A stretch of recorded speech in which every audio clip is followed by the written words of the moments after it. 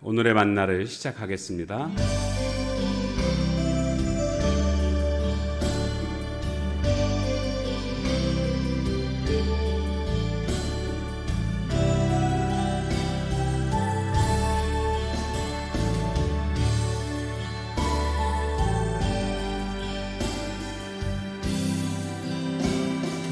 교회여 일어나라,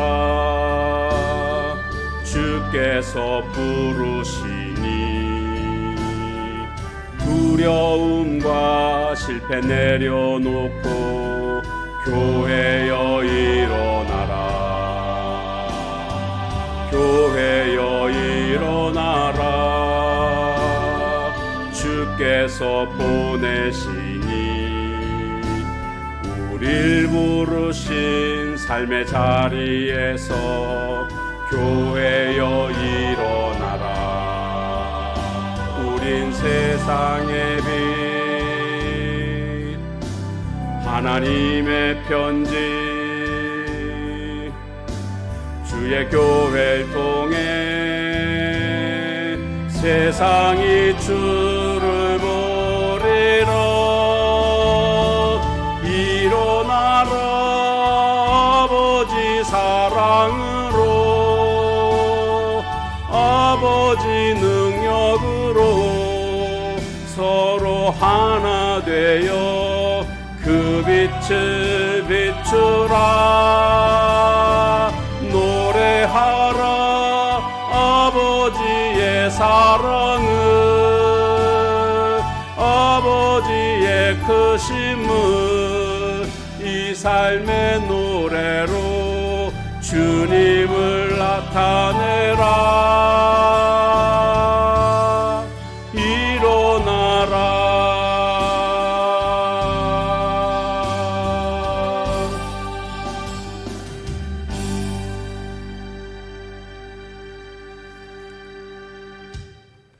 오늘 함께 나눌 말씀 본문은 고린도전서 12장 12절에서 21절까지 말씀입니다.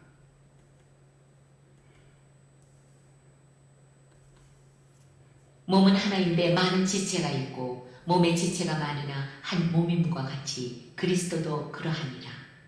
우리가 유대인이나 헬라인이나 종이나 자유인이나 다 한 성령으로 세례를 받아 한 몸이 되었고 또 다 한 성령을 마시게 하셨느니라. 몸은 한 지체뿐만 아니요 여럿이니 만일 발이 이르되 나는 손이 아니니 몸에 붙지 아니하였다 할지라도 이로써 몸에 붙지 아니한 것이 아니요 또 귀가 이르되 나는 눈이 아니니 몸에 붙지 아니하였다 할지라도 이로써 몸에 붙지 아니한 것이 아니니 만일 온 몸이 눈이면 듣는 곳은 어디며 온 몸이 듣는 곳이면 냄새 맡는 곳은 어디냐. 그러나 이제 하나님이 그 원하시는 대로 지체를 각각 몸에 두셨으니 만일 나 한 지체뿐이면 몸은 어디냐. 이제 지체는 많으나 몸은 하나라. 눈이 손들어 내가 너를 쓸 데가 없다 하거나 또한 머리가 발들어 내가 너를 쓸 데가 없다 하지 못하리라. 아멘. 바울은 오늘 말씀 본문에서 그리스도와 신자들의 관계를 몸과 지체로 설명하고 있습니다. 그리스도의 몸인 교회와 신자들은 어떤 관계가 있는가? 몸에는 지체가 많이 있지 않습니까? 그런 것처럼 그리스도의 몸인 교회 안에도 많은 지체들이 있다라는 것을 말해주고 있습니다. 그런데 몸과 지체가 분리될 수 없는 것처럼 교회와 신자들이 분리될 수 없다. 이것을 유기체적인 관계다.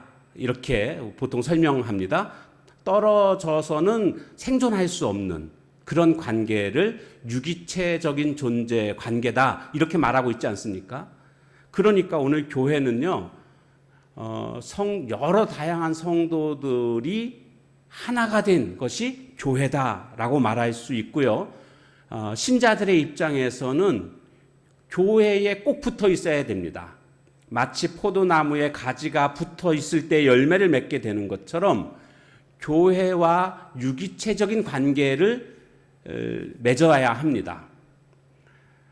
나는 그냥 혼자서 신앙생활 할 것이다. 이렇게 생각하는 것은 교회 자체를 잘못 이해하고 있는 것입니다. 하나님의 뜻이 아닙니다. 그래서 교회 다니다 보면 이런 사람 저런 사람하고 부딪히게 되고 전도회 활동하다 보면 또 문제 생기기도 하고 나는 그래서 그냥 혼자 인터넷으로 그냥 혼자 신앙생활 하는 것이 편해 이렇게 생각하는 것은 순전히 자기 생각이고요. 하나님의 뜻은 결코 그렇지 않습니다. 유기체적인 관계 속에서 신앙생활 하여야 한다라는 것이 성경적입니다.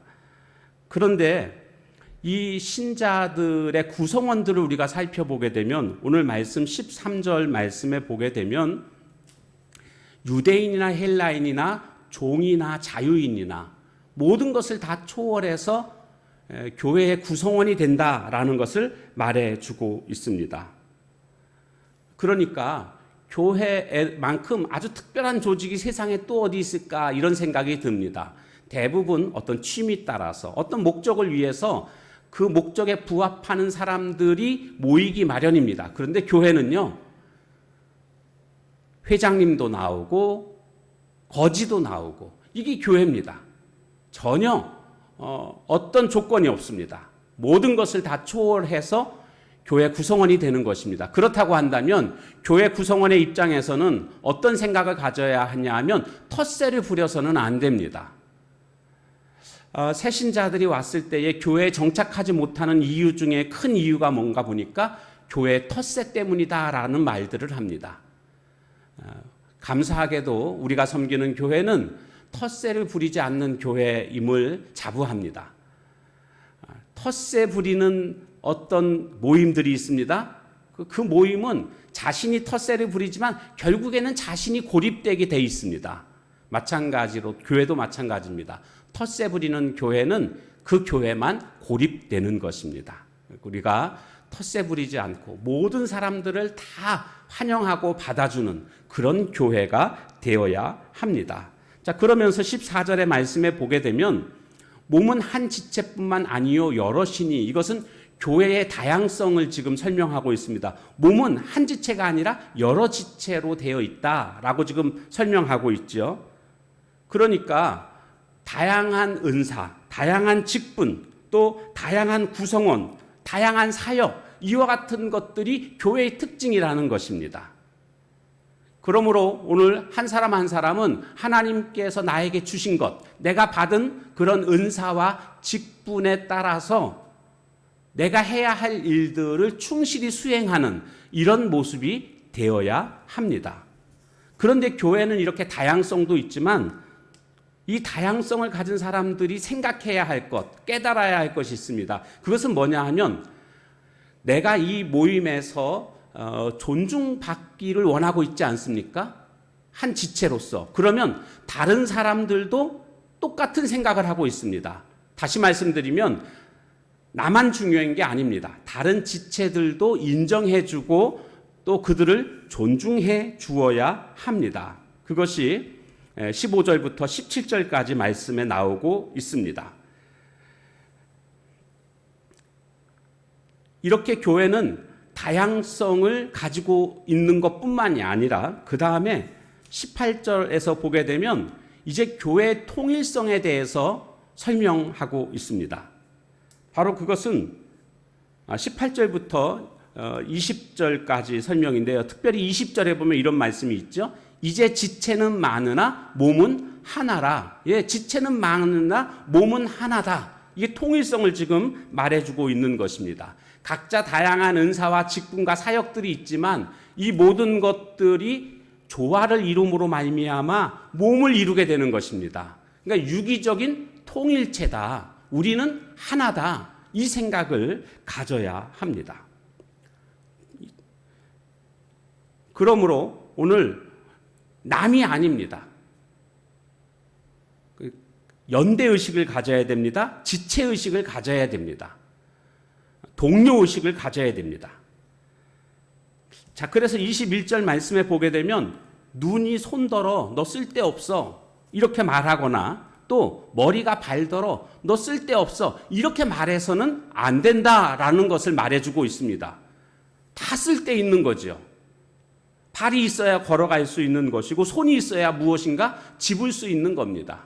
눈이 아무리 봤다고 해도 손이나 발이 없으면 그 원하는 것들을 이룰 수가 없습니다. 그러니까 모든 것들은 다 유기체적으로 움직여서 조화를 이룸으로 하나가 되는 것입니다. 그러므로 성도 간에 이 통일성을 우리는 생각해야 되고 하나라는 생각을 가져야 됨과 동시에 멸시해서는 안 됩니다. 내가 좀 중요한 자리에 있다. 저 사람은 좀 그렇지 않은 자리에 있다. 그렇다고 해서 멸시하는 모습이 돼서는 안 됩니다. 눈이 손더러 너 쓸데없어. 머리가 발더러 너 쓸데없어. 이건 잘못됐다라는 것 아닙니까? 마찬가지입니다. 교회 안에서 서로 지체 간에 저런 사람은 정말 쓸데없어. 덕이 안 돼. 아마 이런 식으로 멸시하는 그런 모습이 되어서는 안 됩니다. 우리 모두가 다양성과 통일성을 동시에 갖추고 있는 것이 바로 교회다. 그래서 오늘 본문은요, 어떤 교회의 어떤 본질에 대해서 말씀하고 있는 것입니다. 무엇보다도 에베소서 4장 3절 말씀처럼 성령에 하나 되게 하신 것을 힘써 지키라 하신 것처럼 우리 모두가 다양하지만 그러나 그 가운데서 유기적으로 통일성을 가지고 하나님을 기억하고 지체의식을 가지고 함께 하나님의 일들을 감당하는 우리 교회가 되어지시길 주님의 이름으로 축원합니다. 기도하겠습니다. 하나님, 오늘 교회의 본질에 대해서 함께 말씀을 살펴봤습니다. 몸은 하나이지만 지체가 여럿인 것처럼 다양성이 있고 그런가 하면 또 여러 지체지만 그 여러 지체가 한 몸이 되는 것처럼 조화롭게 우리 모두가 통일성을 가지고 서로 하나임을 기억하며 서로 멸시하지 않고 서로 인정해주고 서로 존중해주는 아름다운 모습이 우리 교회 안에 넘치게 하옵소서. 그래서 교회 생활하면서 시험 드는 자 없게 하시고 교회 생활을 통해서 더 큰 긍휼함을 누리고 동료의식을 누리고 지체의식을 가짐으로 말미암아 그 안에서 참된 연대감과 또 평화를 누릴 수 있는 우리 교회 되게 하옵소서. 예수님의 이름으로 기도합니다. 아멘. 주신 말씀 기억하면서 기도하시고 또 교회를 위해서 또 기도해 주시고 각자의 기도 제목 가지고 기도하는 시간을 갖도록 하겠습니다.